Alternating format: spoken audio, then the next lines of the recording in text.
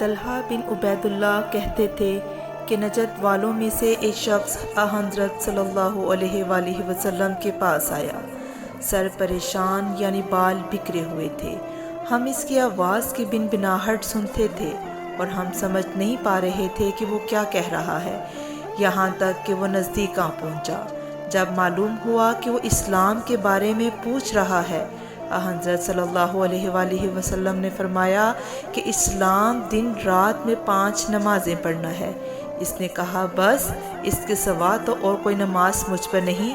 آپ نے فرمایا نہیں، مگر تو نفل پڑھے تو اور بات ہے۔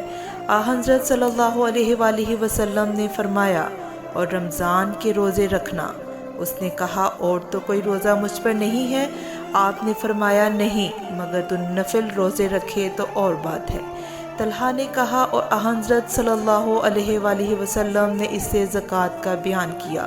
وہ کہنے لگا کہ بس اور کوئی صدقہ مجھ پر نہیں ہے؟ آپ نے فرمایا نہیں، مگر یہ کہ تو نفل صدقہ دے تو اور بات ہے۔ پھر وہ شخص پیٹھ موڑ کر چلا، یوں کہتا جاتا تھا قسم خدا کی میں نہ اس سے بڑھاؤں گا نہ گھٹاؤں گا۔ حضرت صلی اللہ علیہ وآلہ وسلم نے فرمایا اگر یہ سچا ہے تو اپنی مراد کو پہنچ گیا۔